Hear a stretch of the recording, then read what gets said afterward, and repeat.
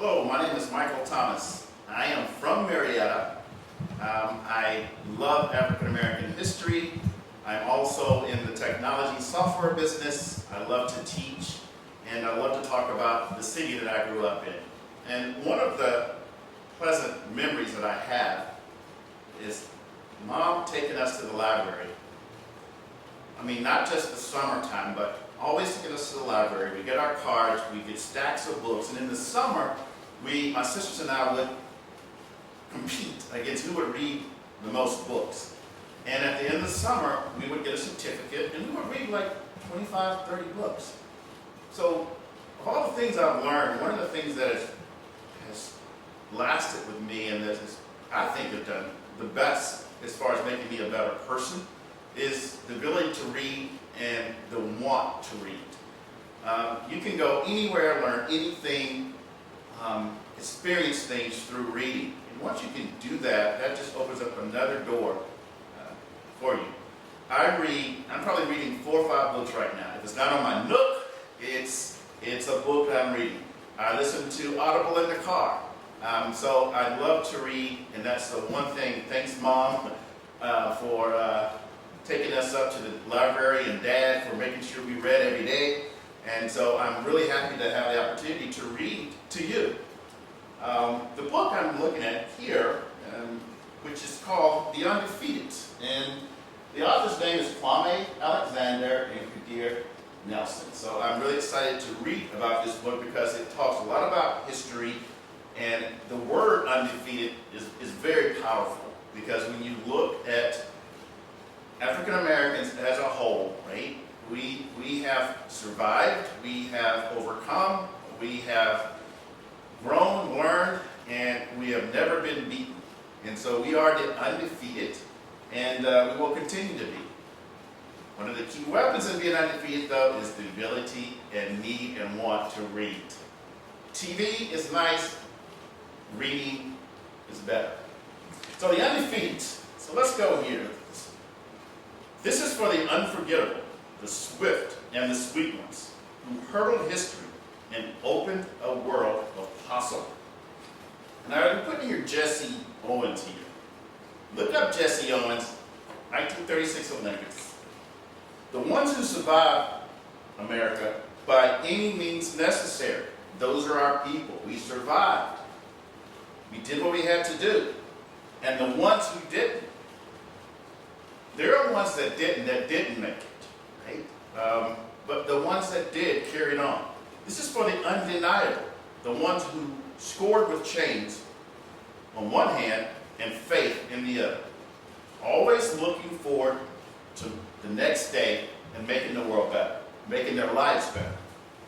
This is for the unflappable, the sophisticated ones who box adversity and tackle vision. Jack Johnson is one of the best boxers ever. His story is incredible. The burden he had, not of just fighting, but he had all of the African Americans on his back pulling for him, because we needed, again, in order to be undefeated, we needed some wins. We needed to see positive things in our lives, and Jack Johnson provided that. The ones who shine their light for the world to see and don't stop till the break of dawn. You got Langston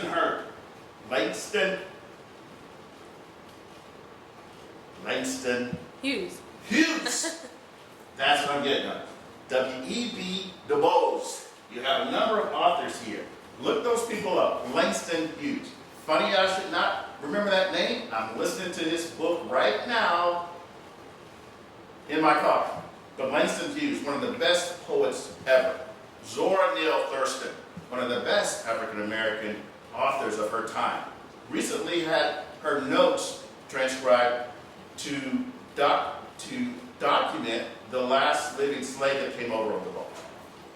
This is for the unafraid, the audacious ones who carried the red, white, and weary blues on the battlefield to save an imperfect union. African Americans were very much involved in fighting in the Civil War. They were involved in the Revolutionary War.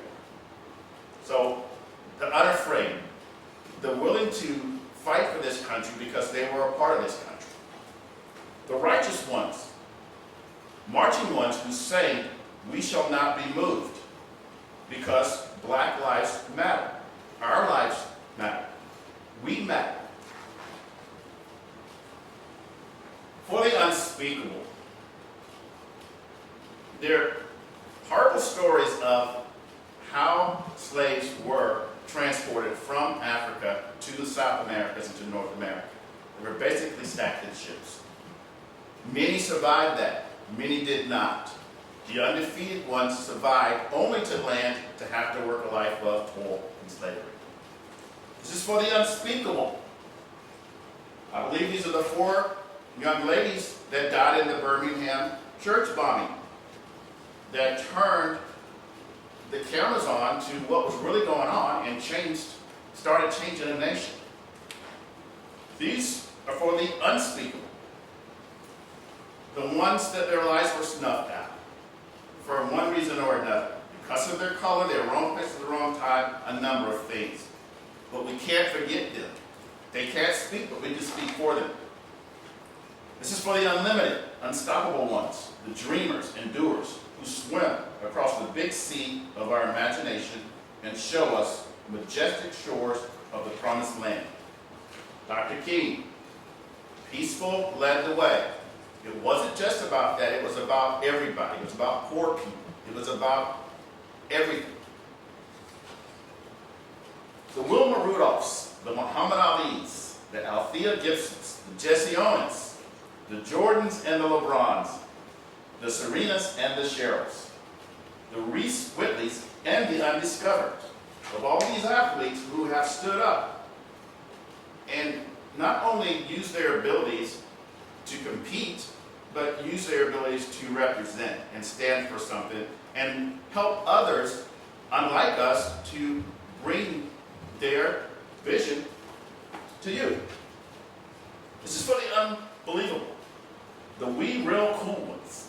This is for the unbending, the black as the night is beautiful ones. The music, the jazz. Music was comforting. It helped people to get through the day. It's a way of expression. Jazz. Jazz is telling a story. Gospels. That's all part of the music that we see now and what it came from. We brought that over and we changed it.